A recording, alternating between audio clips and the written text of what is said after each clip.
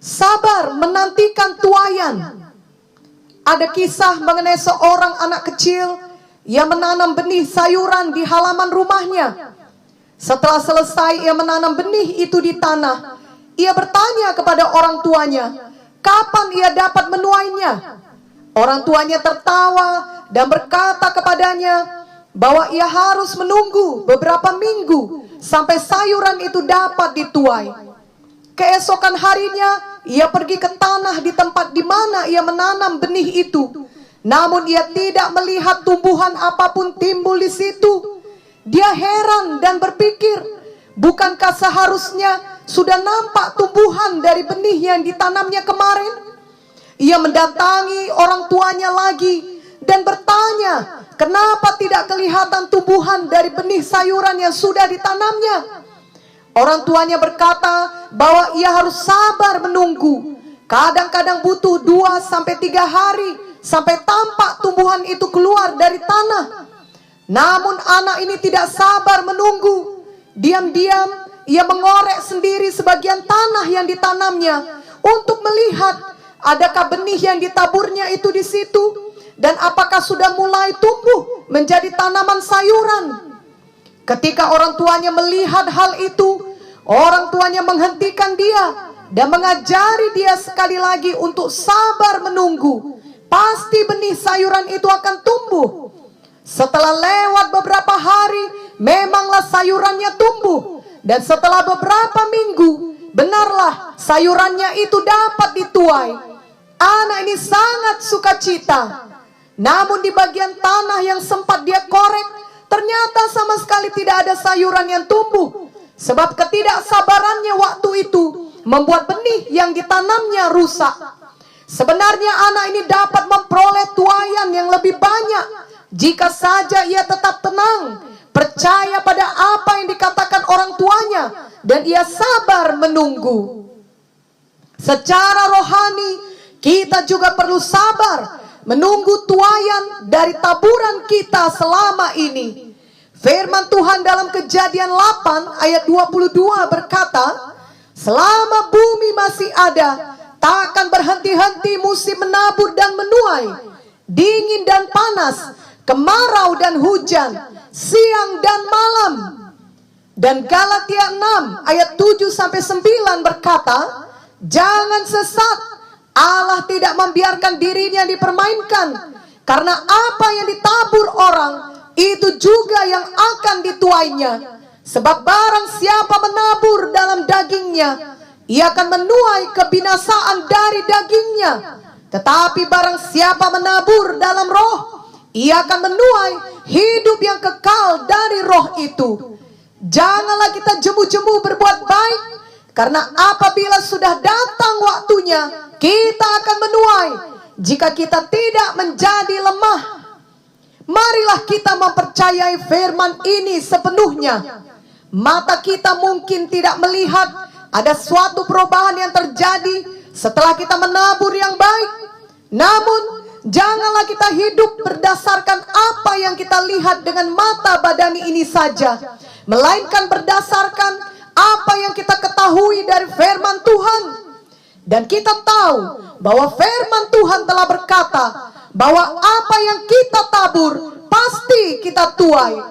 Maka walau mata badani kita belum melihat ada tuaian yang datang, di mana keadaan masih sama saja, kita tetap percaya bahwa di balik layar Tuhan pasti sudah bekerja untuk mendatangkan kebaikan bagi kita. Dan pada waktunya kita akan menerima tuaian kita. Marilah kita memilih untuk tetap hidup dengan iman dan tetap sabar menunggu sampai tuaian itu tiba. Dalam Lukas 15 ayat 11-32 dituliskan mengenai kisah anak yang hilang.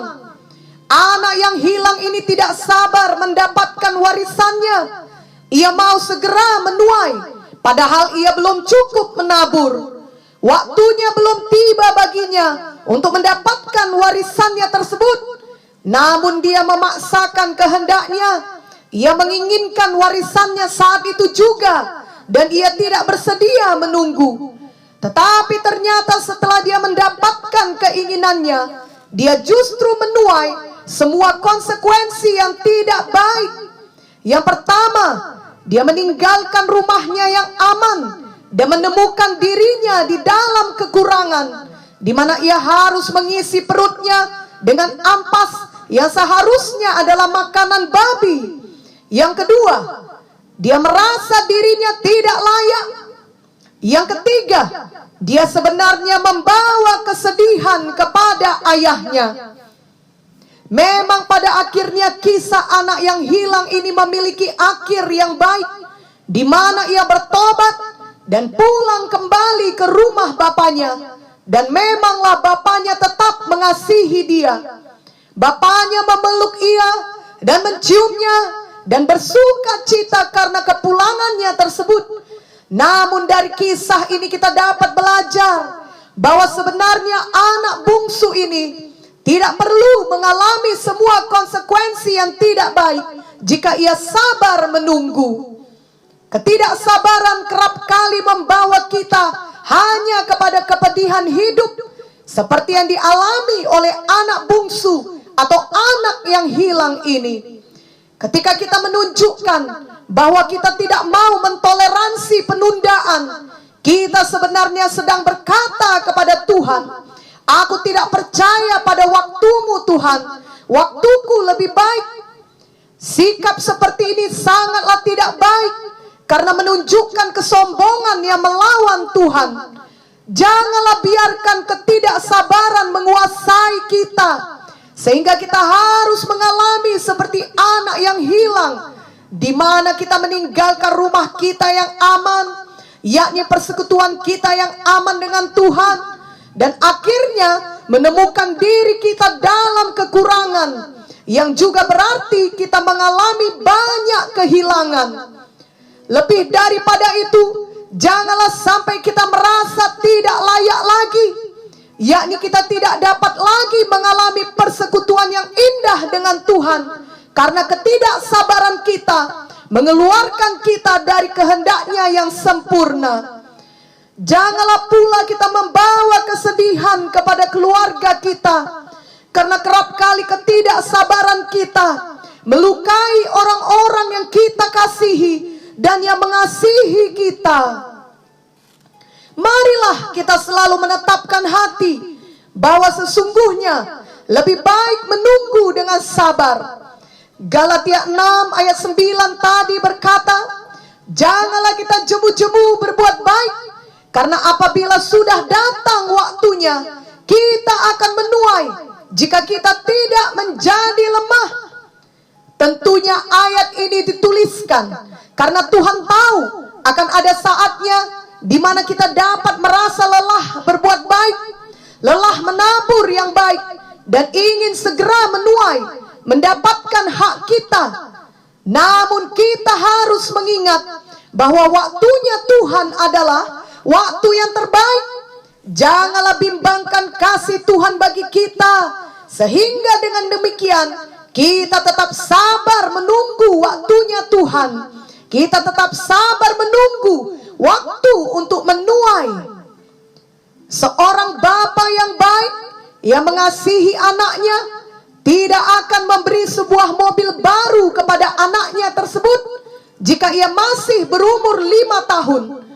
Mobil itu bukan menjadi berkat baginya, melainkan menjadi beban yang tidak mungkin dapat ia tanggung, sebab ia masih sangat muda.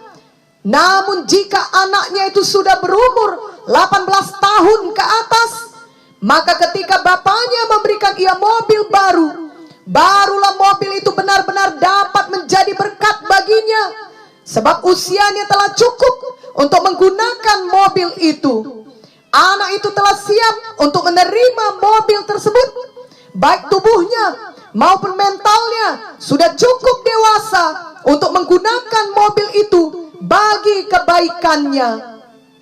Sebenarnya kasih bapaknya kepada anak tersebut sama saja, baik pada saat umurnya masih 5 tahun maupun ketika ia sudah berumur 18 tahun.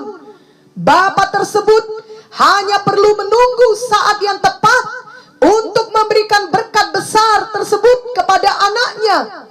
Ketika saatnya sudah tepat, barulah kemudian ia memberikannya. Sebab sebenarnya ia mau pemberian mobil itu bukan untuk menjadi beban yang tidak dapat ditanggung anaknya, melainkan untuk menjadi berkat bagi anak yang dikasihinya itu. Demikianlah gambarannya dengan Bapa kita di sorga.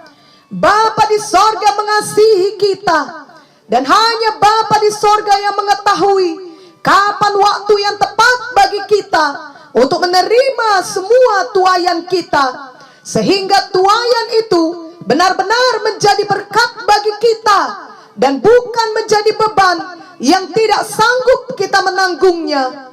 Dan bagian kita adalah janganlah kita jemu-jemu menabur yang baik. Ketika kita sudah menabur kebaikan bagi banyak orang, dan justru orang-orang tersebut membalasnya dengan kejahatan, tetaplah tabur kebaikan sepanjang hidup kita. Tuaian kita datang dari Tuhan, bukan dari orang yang menerima kebaikan kita.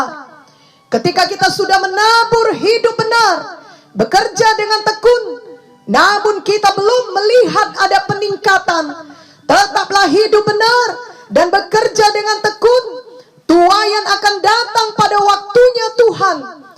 Demikian hendaknya sikap hati kita untuk semua aspek kehidupan kita, yakni tetaplah menabur yang baik. Ketika kita melihat bahwa orang-orang di sekeliling kita kelihatannya sudah menuai atau sudah diberkati melebihi kita, jangan menjadi iri kepada mereka. Juga jangan menjadi tidak sabar sehingga mengambil jalan pintas, yakni berkompromi dengan dosa demi mendapatkan tuaian yang kita inginkan. Bila kita memang sudah menabur, maka tuaian kita tidak mungkin hilang dan tidak mungkin diambil oleh orang lain. Percayalah kepada waktunya Tuhan. Kerap kali tuaian yang datang lebih lama, karena itu merupakan tuaian yang lebih besar dan lebih bertahan lama.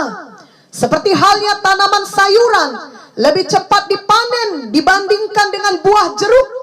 Memang untuk memanen sayur hanya membutuhkan waktu mingguan saja, namun sayur biasanya hanya dapat dipanen sekali saja. Sedangkan buah jeruk walaupun menunggu bertahun-tahun baru bisa dipanen, tetapi ia dapat dipanen berulang kali sampai puluhan tahun ke depannya. Petani jeruk tidak akan menjadi jemu, lelah atau bingung jika dalam 1 bulan atau 3 bulan pohon jeruknya belum dapat dipanen. Mereka mengerti bahwa mereka harus tekun merawat pohon itu dan tetap setia menunggu waktunya ia berbuah, lalu kemudian dapat terus-menerus dipanen. Marilah kita juga sabar menunggu tuaian kita. Jangan seperti kisah anak kecil tadi yang tidak sabar melihat benih yang ditanamnya tumbuh sehingga ia merusak sendiri tanamannya itu. Juga janganlah kita memaksakan kehendak kita seperti kisah anak yang hilang tadi, sehingga mengalami banyak konsekuensi yang tidak baik. Marilah kita seperti Daud. Walau ia sudah diurapi menjadi raja, ia tidak langsung berkuasa menjadi raja. Ia mengalami banyak bentukan, tetapi di dalam semuanya itu ia tetap menabur yang baik. Ketika ia dikejar-kejar Saul yang mau membunuhnya, Daud tetap menabur yang baik. Ia mengubahkan kehidupan banyak pengikutnya yang tadinya adalah orang-orang yang dikejar penagih hutang menjadi orang-orang yang gagah perkasa. Dan ketika ia memiliki kesempatan untuk membunuh Saul, ia tidak pernah melakukannya. Ia tidak mau menjamah orang yang diurapi Tuhan. Daud tetap menabur yang baik. Daud bukannya menjadi tidak sabar dan segera membunuh Saul, sebab sebenarnya Saul adalah penghalang utama baginya untuk menjadi raja. Tetapi Daud percaya penuh kepada Tuhan. Daud sabar menunggu waktunya Tuhan. Daud tidak memakai jalannya sendiri. Ia hidup menurut jalan Tuhan.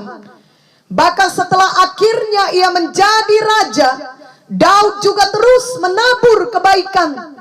Ia bukannya menghilangkan keturunan Saul yang telah berbuat jahat kepadanya.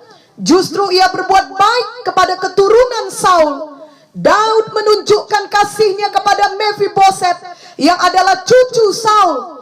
Daud mengembalikan semua ladang Saul kepadanya dan membuat ia makan sehidangan dengannya. Tentunya tidaklah mudah melihat setiap hari bahkan makan bersama dengan keturunan dari orang yang hendak membunuh kita. Namun itulah yang dilakukan Daud. Inilah orang yang tidak jemu-jemu berbuat baik, tidak henti-hentinya menabur. Maka tuaian juga terus datang kepada Daud. Kita mengetahui bahwa Tuhan Yesus sendiri lahir dari keturunan Daud. Dan di dalam Kisah Para Rasul 13 ayat 22b dituliskan tentang Daud, Allah telah menyatakan, aku telah mendapatkan Daud bin Isai, seorang yang berkenan di hatiku dan yang melakukan segala kehendakku. Biarlah ini juga jadi kepada kita.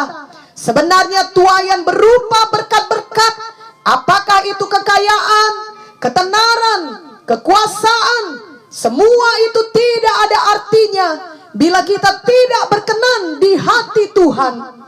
Bagi kita tuaian terbaik adalah bila kita berkenan di hati Tuhan. Ingatlah bahwa Matius 6 ayat 33 berkata, tetapi carilah dahulu kerajaan Allah dan kebenarannya, maka semuanya itu akan ditambahkan kepadamu. Jadi marilah kita tidak jemu-jemu menabur yang baik. Jangan lelah mengasihi, jangan lelah berbuat yang benar, jangan lelah menginjil, jangan lelah memberi, jangan lelah melayani Tuhan dan melayani jiwa-jiwa. Pada waktunya kita pasti menuai. Di tengah semua proses itu, biarlah kita tetap menantikan Tuhan agar kita sungguh-sungguh tidak pernah menjadi lelah. Yesaya 40 ayat 31 berkata, tetapi orang-orang yang menanti-nantikan Tuhan mendapat kekuatan baru. Mereka seumpama Raja Wali yang naik terbang dengan kekuatan sayapnya. Mereka berlari dan tidak menjadi lesu. Mereka berjalan dan tidak menjadi lelah. Jadilah kiranya ini kepada kita. Kita tetap menantikan Tuhan. Kita tetap menabur. Kita tidak jemu-jemu berbuat baik. Dan kita sabar menunggu. Maka kita pasti menuai. Karena kita tidak menjadi lelah.